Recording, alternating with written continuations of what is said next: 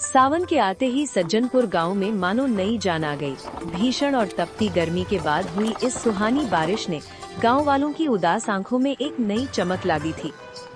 इसी गांव के मुख्य चौराहे पर दयाराम की चाय की एक छोटी सी दुकान थी, जो पूरे गांव के लिए चौपाल का काम करती थी। जैसे ही शाम ढलती, गांव के बुजुर्ग और नौजवान वहां जमा हो जाते, गर्मा गर्म चाय की चुस्कियां लेते और देश दुनिया से लेकर गांव भर की तरह तरह की बातें करते थे। पूरे सज्जनपुर गांव में न तो कोई अच्छा ढाबा था और न ही खाने पीने का कोई ठेला। अगर कुछ था तो सिर्फ दयाराम की वही चाय की दुकान, जहां केवल साधारण चाय और बिस्कुट ही मिला करते थे। आइए शंभू काका, आज की इस स्पेशल चाय में मैंने खास तौर पर इलायची डाली है। बाहर रिमझिम बारिश का मौसम है और ठंडी ठंडी हवा चल रही है। ऐसे सुहाने मौसम में चाय पीने का मजा ही कुछ अलग होता है। बिल्कुल सही कह रहे हो दयाराम। 2 दिन पहले तक तो ऐसी भीषण उमस और गर्मी पड़ रही थी कि इंसानों के साथ साथ पशु पक्षियों की भी जान निकल रही थी। और आज देखो, मौसम में ऐसी ठंडक और सुकून है कि लगता है मानो इस तपती धरती ने चैन की गहरी सांस ली हो। हाँ काका, मौसम तो सचमुच बहुत ही प्यारा हो गया है। इस ढलती उम्र में तो गर्मी और सर्दी दोनों ही बहुत सताते हैं भाई, पर सावन का महीना आते ही इस बूढ़े मन को भी एक अजीब सी शीतलता मिल जाती है। बस मन में एक ही मलाल रह जाता है कि हमारे इतने बड़े गांव में कोई एक अच्छा सा खाने पीने का ठेला नहीं है, जहां कोई गर्मा गर्म और चटपटी चीज खाने को मिल जाए। रोज रोज वही फीके बिस्कुट और चाय खाकर मन बिल्कुल ऊब चुका है। कभी कभी इस सुहानी और ठंडे मौसम में मन करता है कि कुछ मसालेदार चीज खाऊं, जैसे कि गर्मा गर्म मक्खन वाली पाव भाजी, तीखी चटपटी भाजी हो, उस पर नींबू निचोड़ा हो और तवी पर सिंका हुआ नरम पाव हो। पर हमारे गांव में किसी की हिम्मत ही नहीं होती कि कोई कुछ नया काम शुरू करे। काका, आप तो सचमुच मेरे दिल की बात कह गए। मैं भी रोज यही सोचता हूँ कि क्यों हमारे सज्जनपुर में कोई ठेला नहीं लगाता। क्यों ना कोई हमारे इस शांत गांव में भी कुछ चटपटा और मजेदार खाने का सामान लेकर आए। शहरों में तो मैंने देखा है कि ऐसी रिमझिम बारिश में लोग ठेलों के पास खड़े खड़े गर्मा गर्म पाव भाजी खाते हैं। चारों तरफ मक्खन और मसालों की खुशबू फैली होती है और लोग भीगते हुए बारिश का पूरा मजा लेते हैं। पर हमारे गांव में तो सपने में भी कोई ऐसा नहीं सोच सकता। सच कहता हूं काका, अगर आज कोई यहाँ पाव भाजी का ठेला लगा देना तो मैं तो पहले ही दिन कम से कम 5 प्लेट खा जाऊंगा। मेरा तो कुछ नया और चटपटा खाने का इतना मन कर रहा है कि क्या बताऊं। अरे रमेश, तू बड़ी बड़ी बातें तो बहुत आसानी से हवा में कर लेता है, लेकिन किसी काम को जमीन पर करके दिखाना इतना आसान नहीं होता मेरे भाई। एक नया ठेला लगाने में काफी पैसा लगता है, सारा सामान जुटाना पड़ता है और इन सब से भी बड़ी बात, एक नई जगह पर नया काम शुरू करने की हिम्मत लगती है। हाँ भाई, क्या पता कल को क्या हो जाए, कोई उसकी दुकान पर खाने आए भी या ना आए। हमारे सज्जनपुर में आज तक इसीलिए किसी ने ऐसी कोशिश नहीं की। सब के सब नुकसान और घाटे के डर से पीछे हट जाते हैं। दयाराम भैया, तुम हमेशा ऐसी नकारात्मक और डराने वाली बातें क्यों सोचते हो? अगर किसी इंसान में आगे बढ़ने की सच्ची हिम्मत होगी तो वो जरूर कुछ करके दिखाएगा। तभी अचानक दूर से एक अजीब सी आवाज सुनाई देती है, जैसे लोहे के भारी पहिए कीचड़ और गीली सड़क पर कराहते हुए आगे बढ़ रहे हों। दुकान पर बैठे सभी लोगों ने चौंक कर उस तरफ मुड़कर देखा। बारिश की तेज फुहारों और धुंध के बीच एक आदमी पूरा भीगता हुआ और अपनी पूरी ताकत से एक ठेला धकेलता हुआ धीरे धीरे चौराहे की तरफ आ रहा था। उसने चौराहे के बिल्कुल पास एक साफ और खाली जगह देखी और वहीं पर अपना ठेला खड़ा कर दिया।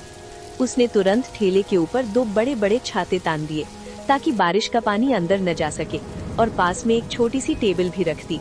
उसके ठेले के सामने एक सुंदर सा बोर्ड लगा था, जिस पर साफ अक्षरों में लिखा था, गर्मा गर्म स्पेशल पाव भाजी। अरे दयाराम भैया, शंभू काका, देखो देखो, ये वहाँ क्या हो रहा है? कोई नया आदमी हमारे इसी चौराहे पर आकर ठेला लगा रहा है। जरा ध्यान से देखो तो, ये लड़का हमारे गांव का तो नहीं लगता।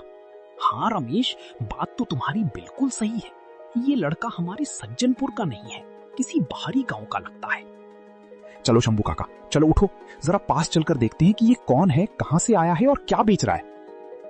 अरे वाह, लगता है हमारी अभी अभी की गई बातें रंग ले आई। देखो रमेश, तुम्हारी बात तो सचमुच पक्की हो गई। आज तुम्हारी जो भी पहली प्लेट होगी उसके पैसे मेरी तरफ से होंगे। चलो चलो सब लोग चलते हैं। जी काका, मैं तो कब से तैयार हूँ। चलते हैं और देखते हैं कि ये आखिर क्या बनाता है, इसका स्वाद कैसा है, और सबसे जरूरी बात, ये अपनी भाजी में मसाला और मक्खन कितना डालता है। इसके बाद दयाराम, शंभू काका, रमेश और चौराहे पर मौजूद अन्य लोग धीरे धीरे उस नए ठेले के पास आ गए।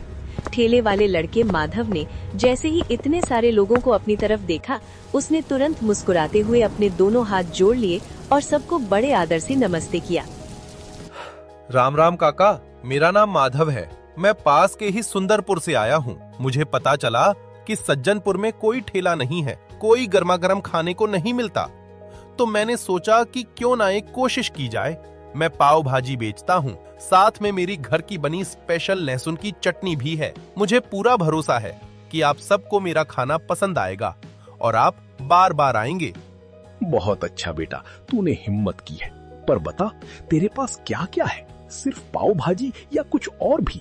और ये बता कि तुम्हारी पाव भाजी में तुम क्या डालते हो, क्योंकि हम लोग घर का खाना खाते हैं, बाहर का खाना तो कम ही खाते हैं। पर अगर तुम्हारा खाना अच्छा होगा तो हम भी आएंगे।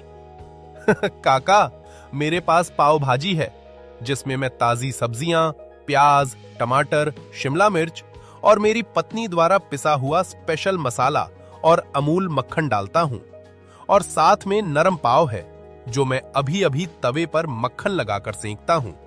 साथ में मेरी घर की बनी लहसुन लाल मिर्च की चटनी है जो तीखी नहीं पर बहुत स्वादिष्ट है। एक बार चख के देखिए, आप खुद कहेंगे कि ये तो बड़े होटलों से भी अच्छा है। चल बेटा, हमारी एक प्लेट लगा। मैं अभी दुकान पर बोल ही रहा था कि जो ठेला लगाएगा मैं उसका पहला ग्राहक बनूंगा। रमेश बैठ जा, आज मैं तुझे खिलाता हूँ। देखते हैं इस भाई की पाव भाजी में कितना दम है। माधव ने तेज आंच पर तवा गरम किया। बारिश की इन बूंदों के बीच तवा धीरे धीरे गर्म होने लगा। उसने फटाफट मक्खन डाला, सारी सब्जियां और मसाले डालकर भाजी को मैश करना और तैयार करना शुरू कर दिया। उसने सबसे पहले गर्मा गर्म भाजी और मक्खन में सिके हुए पाव एक प्लेट में सजाकर शंभू काका के हाथों में थमा दिए। जैसे ही शंभू काका ने पाव का टुकड़ा भाजी में डुबोकर पहला निवाला खाया, उनसे रहा नहीं गया। अरे वाह वाह बेटा माधव, क्या बनाई है। भाजी पूरी तरह मक्खन और मसालों में घुली हुई है। भाजी काफी गाढ़ी है और मसालों का संतुलन एकदम सही है। आज तक मैंने इतनी स्वादिष्ट पाव भाजी नहीं खाई। ये तो बड़े बड़े होटलों की पाव भाजी को भी मात दे रही है। माधव भैया, आपने तो जादू कर दिया। इतनी स्वादिष्ट पाव भाजी मैंने कभी नहीं खाई। ये मसाला बिल्कुल घर जैसा लगता है, बिल्कुल माँ के हाथ जैसा ही है। एक और प्लेट बनाओ, आज तो मेरा पेट नहीं भरेगा। जब दोनों इतनी तारीफ कर रहे हैं तो मुझे भी चखना पड़ेगा। चलो माधव, मेरे लिए भी एक प्लेट लगा दो। एक एक करके सबने चखा और सबने तारीफ की। बारिश की ठंडी हवा और गरम भाजी और मक्खन की सुगंध ने पूरे चौराहे को महका दिया। जैसे ही खबर फैली, लोग अपने अपने घरों से छाते लेकर आने लगे। देखते ही देखते माधव के ठेले के आसपास भारी भीड़ जमा हो गई। माधव भाई, तुम्हारी तारीफ सुनकर आया हूँ। मुझे 2 प्लेट चाहिए, एक मेरे लिए और एक मेरी पत्नी के लिए। जल्दी से लगा दो, इस बारिश के मौसम में मजे से खाएंगे। मुझे 3 प्लेट चाहिए। 1 प्लेट यहीं खाऊंगा और 2 प्लेट बीवी बच्चों के लिए ले जाऊंगा। जल्दी करो भाई, बारिश भी हो रही है और खुशबू भी बहुत अच्छी आ रही है। सुना है तू बहुत अच्छी पाव भाजी बनाता है। मुझे 1 प्लेट देना, पर थोड़ी कम मिर्च डालना क्योंकि मुझे तीखा कम पसंद है।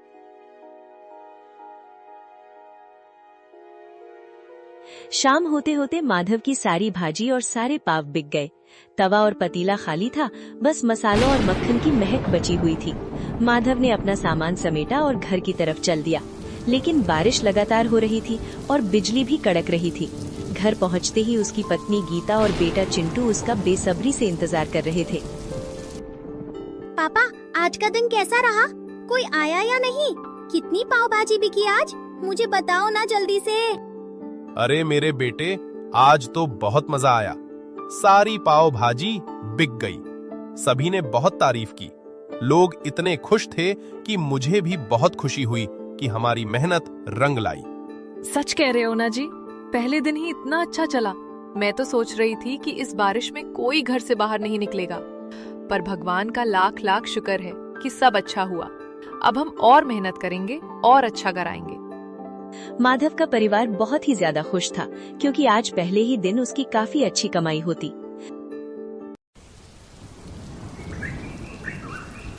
अगले दिन माधव समय से पहले ही आ गया और इस बार उसके ठेले पर और भी अधिक भीड़ थी। उसकी स्वादिष्ट पाव भाजी की चर्चा अब पूरे सज्जनपुर गांव में फैल चुकी थी। जब बारिश तेज हो रही थी और माधव अपने ठेले पर तवे पर भाजी बना रहा था, तभी एक बड़ी और शानदार गाड़ी चौराहे पर आकर रुकी। गाड़ी से ठाकुर विक्रम सिंह उतरे, जो बहुत रईस व्यक्ति थे। उनका रौबदार चेहरा देखकर ही उनकी रईसी का अंदाजा लगाया जा सकता था। वे सीधे माधव के ठेले के पास आए और उसे बहुत ध्यान से देखने लगे। क्या बात है? मैंने सुना है कि इस गांव में एक युवक ने नया ठेला खोला है और लोग उसके हाथ के खाने की तारीफ करते नहीं थकते। मैं खुद यहाँ आकर देखना चाहता था कि ये क्या चीज है जो पूरे गांव में इतनी मशहूर हो गई है। मेरा नाम माधव है साहब। मैं पाव भाजी बेचता हूँ। हमारे सज्जनपुर में कोई ठेला नहीं था, इसलिए मैंने सोचा कि एक बार कोशिश करके देखूं। यहाँ के लोगों ने मुझे बहुत प्यार दिया है और मैं पूरी मेहनत और लगन से खाना बनाता हूँ। तो चलो, मेरे लिए भी एक प्लेट लगाओ। मुझे खुद इसका स्वाद चखना है, क्योंकि जब पूरा गांव किसी की तारीफ करे तो उसे चखना ही चाहिए। अगर तुम्हारी पाव भाजी मुझे अच्छी लगी तो मैं खुद तुम्हें एक ऐसा बड़ा मौका दूंगा जिससे तुम्हारी पूरी जिंदगी बदल जाएगी। माधव ने अपनी पूरी कोशिश और सफाई से एक प्लेट पाव भाजी तैयार की। तवे पर मक्खन डालकर पाव को अच्छे से सेका। गर्मा गर्म भाजी के ऊपर मक्खन का टुकड़ा रखा और प्लेट ठाकुर साहब के सामने रख दी। ठाकुर साहब ने पाव का टुकड़ा तोड़ा, उसे भाजी में अच्छे से डुबोया और चखा। पहला निवाला लिया, फिर दूसरा और फिर तीसरा। मैंने देश विदेश के बड़े बड़े होटलों में खाना खाया है, पर इतनी सादी और इतनी स्वादिष्ट पाव भाजी कभी नहीं खाई। तुम्हारे हाथों में वो हुनर है जो शहर के बड़े बड़े होटलों के पास भी नहीं है। माधव ये सुनकर बहुत खुश हुआ, मगर ठाकुर साहब के मन में कुछ और ही बात थी। मैं तुम्हें एक बहुत बड़ा ऑफर देना चाहता हूँ। मेरे साथ शहर चलो। मैं तुम्हें वहाँ एक बड़ा और आलीशान रेस्टोरेंट खुलवा दूंगा, जहाँ तुम्हारी पाव भाजी और भी ज्यादा मशहूर होगी। साहब, आपका ये ऑफर मेरे लिए बहुत बड़ा है और मैं आपका दिल से आभारी हूँ, पर मैं इस गांव को छोड़कर कहीं नहीं जा सकता। इन लोगों ने मुझे पहले ही दिन से इतना प्यार दिया है और इतनी दुआएं दी हैं कि मैं कभी इन्हें अकेला छोड़कर नहीं जा सकता। मुझे माफ कर दो साहब। शहर में तुम्हारी कमाई यहाँ से कई गुना ज्यादा होगी। तुम वहाँ बहुत बड़ा नाम बनाओगे। क्या तुम सच में इतना बड़ा मौका सिर्फ इस गांव के लिए छोड़ने को तैयार हो? पैसे से बड़ी चीज अपनापन और सुकून होती है। अगर मैं लालच में शहर चला गया तो इन गांव वालों को गर्मा गर्म खाना कौन देगा? मैं यही रहकर इनके साथ बहुत खुश हूँ। मुझे इससे ज्यादा और कुछ नहीं चाहिए। ठाकुर विक्रम सिंह कुछ देर के लिए बिल्कुल चुप रहे। उन्होंने माधव की आंखों में छिपी सच्चाई को देखा और फिर मुस्कुराए। तुम बहुत बड़े इंसान हो माधव। मैंने आज तक अपनी जिंदगी में किसी को ऐसा जवाब देते नहीं सुना था। मैं इसी गांव में तुम्हारे लिए एक पक्का ढाबा बनवा दूंगा। जमीन मैं खरीदूंगा और ढाबा भी मैं ही बनवाऊंगा, पर उस ढाबे के असली मालिक सिर्फ तुम होगे। साहब, मैं क्या कहूँ, आपका दिल सचमुच बहुत बड़ा है। मैं आपको कभी निराश नहीं होने दूंगा।